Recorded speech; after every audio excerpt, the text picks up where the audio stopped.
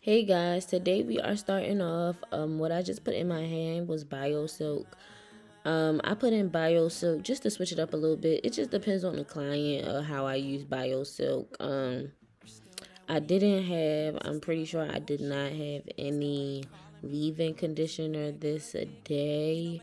I think I ran out, so I just went over with a little bit of Bio Silk. I usually try to do leave-in conditioner depending on the state of the client's hair. Her hair wasn't necessarily lacking moisture per se. Her problem was that she hadn't been to the salon in a while, and her big thing was her ends.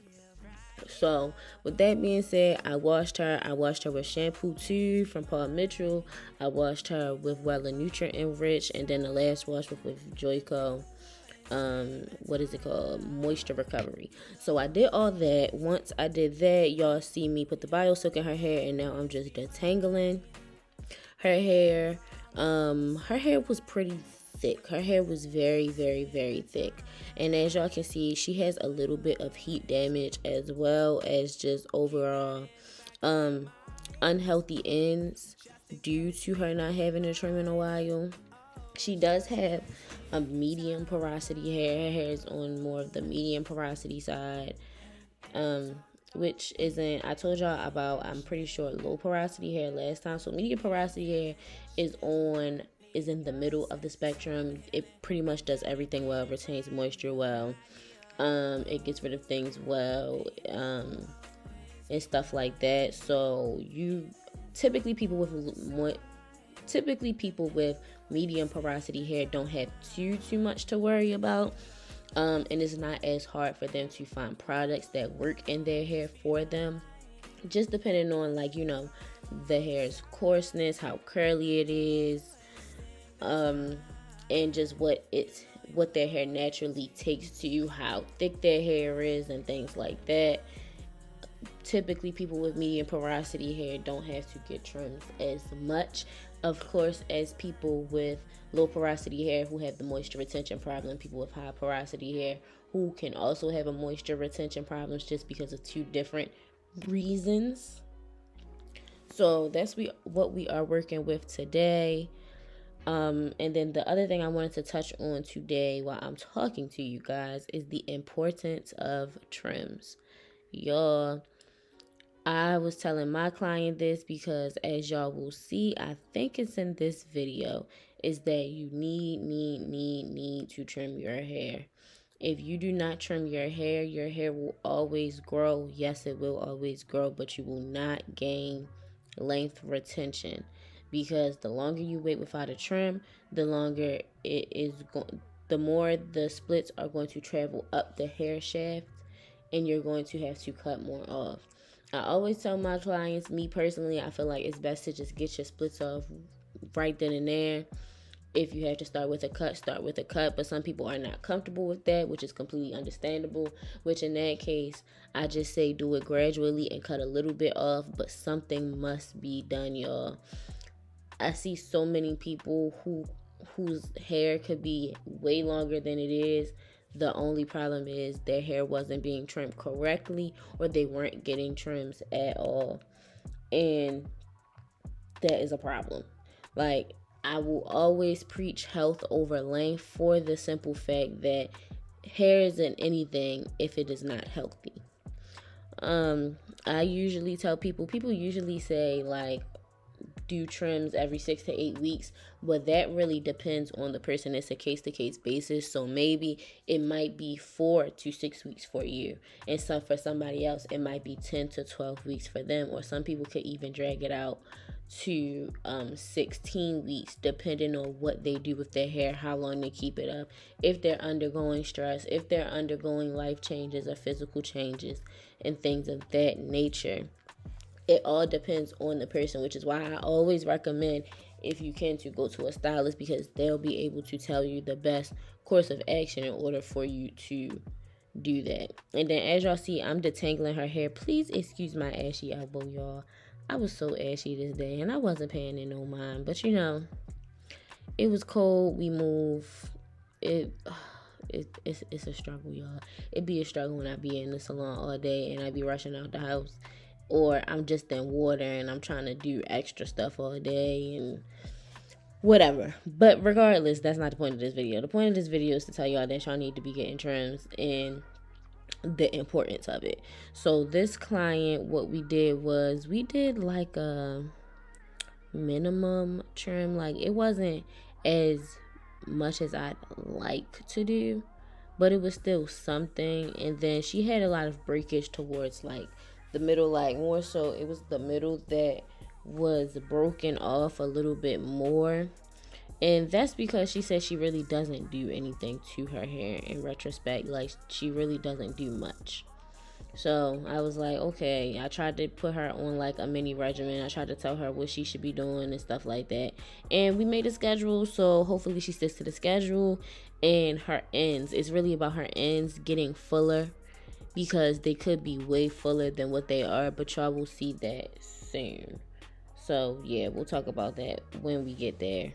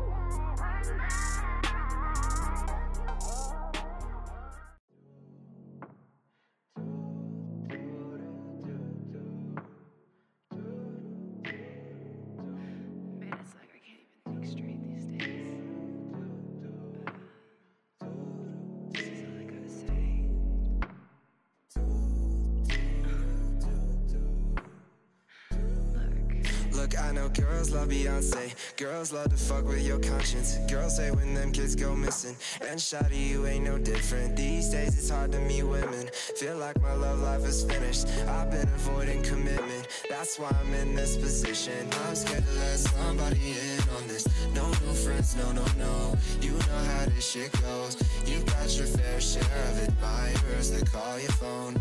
You try to act like it's just me, but I am not alone. And if you're alone, then say my name, say my name. You know what is around you. Say baby I love you, you ain't engaged. Say my name, say my name. You acting kinda shady, baby, why the sudden change?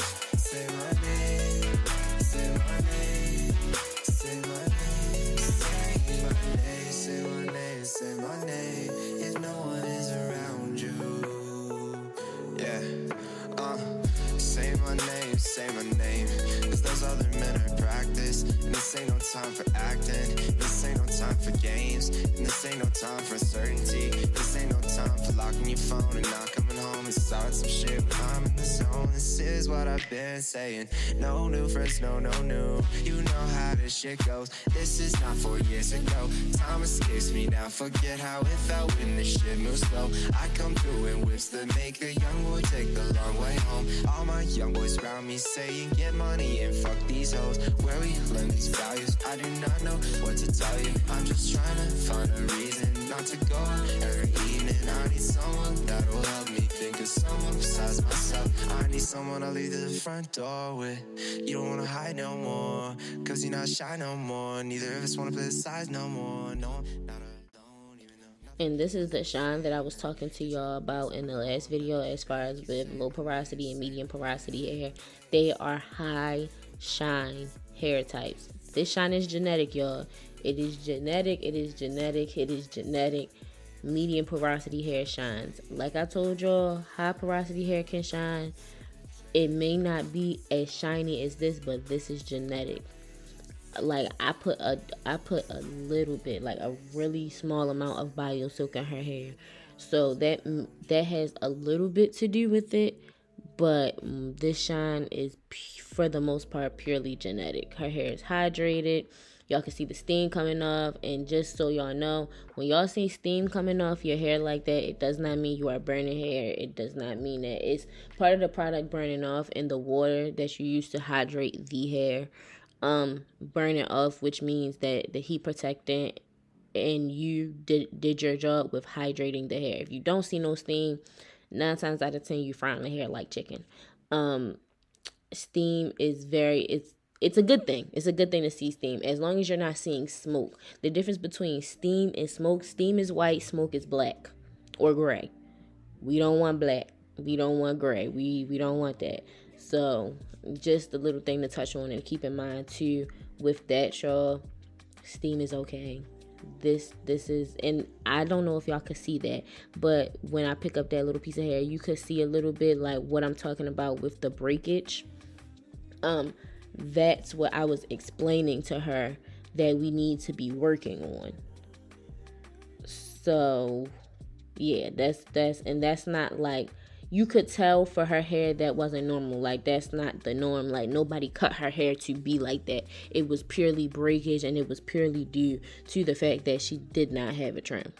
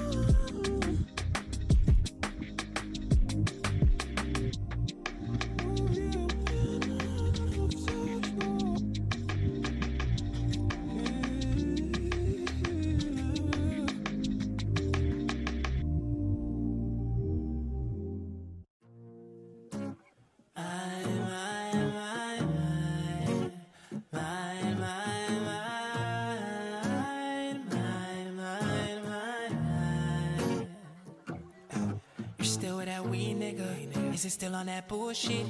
Is that why you calling me? Cause you need that good dick. You know better than to talk shit. And y'all can see here, y'all see her ends. So her ends, like towards the end, they're not so bad, but you can see it's a little bit, a tad bit see-through. And that just has to do with some of the breakage and stuff like that she has throughout her hair. And then also too, y'all, she didn't have a trim in a while, so like this isn't too bad. And that's what I'm saying about medium porosity hair. This isn't too bad compared to where it was, but you notice that it's there, and then it has to then be fixed. So I'm going in, and I did the bottom first because a lot of her hair is one length, but it's just those few, like they're a little bit higher up towards like mid shaft and stuff like that. So since they were higher up towards like mid shaft and stuff like that, that's what I chose to focus on. And then I went back and fixed the unevenness, y'all. So don't talk about me just yet. I went back and fixed it. But y'all not going to be able to see that part because when I was lifting her hair up, I forgot to bring the camera back up, so I had to cut that part out. Sorry, y'all. But y'all know how I go ahead and trim. Most of the time, I go in and I trim the inside first, and then I go around and then I do the bottom. But on case-to-case basis like this, something like this, I went in, I did the bottom first, and then I went up because it wasn't like a perfect cut. Because if that was the case, I would have just gave her a blunt cut, because with how the breakage is and how her hair falls, and because it's not super heavy, it would have just had been best if I did it like that, and I did like a straight 45-degree cut to then just give her a blunt cut, if you guys get what I'm saying. So I didn't do that. But she was happy with her hair, so that is great. And like I told y'all, we gonna get her on a schedule to maintain that. So y'all, oh, and I wanted to tell y'all, make sure when y'all are getting y'all hair trimmed, y'all know the short pieces in the back, and the short pieces in the front, make sure y'all getting those trimmed too, y'all, because that matters. If y'all don't get the short pieces in the back and the short pieces in the front trimmed, then it's not going to, I don't know how to explain, like, it's not going to grow. It's going to keep breaking off, and it's going to keep getting splits. And that's a lot of times why those short pieces don't grow. Like, they may not grow to the potential where everything else is, but they're going to be longer than what it normally will be. Or as you can see, like, I can't tell you how many people's napes are broken off and edges are broken off. And it may not be like detrimental, but it's broken off because people don't trim there. So make sure when y'all having a stylist trim your hair, that's what they do, and that's what they trim. Right now, y'all just see me curling with my EAP heat irons. Sometimes I use my regular T3 curling irons like y'all see. Sometimes I use my EAP heat irons. It really just depends on how I'm feeling that day and the client's desired look. Like, for the most, like, sometimes it matters, but sometimes it doesn't, if that makes sense. But I'm curling with the EAP heat irons. Rest in peace to those irons, because they died on me this week. I was doing a client's hair and they just stopped working. Like, they just completely stopped working. They did not cut back on. So now I'm probably going to buy some Babyliss irons, or I'm going to buy some T3 irons. I really don't know which ones I'm going to do yet, just because I'm trying to see like the pros and cons, because I was either going to get the Prima 3000 from Babyliss, or I was going to get the T3 iron. I wasn't going to get the digital one, just because I know I'm always touching them, so I probably turn those off by accident, and I'm not trying to do that. When you doing hair for money and stuff like that, and you have clients, it's about the result, but it's also about efficiency. And if I keep turning it off, it's just not gonna, it's not gonna work. So I will keep y'all updated on the ones I start using. I've already used the Prima 3000s. Those are the ones that I'm using right now, that I use for my clients as of right now, until I actually get mine, because I'm using my homegirls Prima 3000s just until I decide which ones I get. But that's it for today, y'all. I hope y'all enjoyed the video. Comment down some things y'all want to see, some things y'all want to know, any questions y'all have, and I will see y'all in the next video.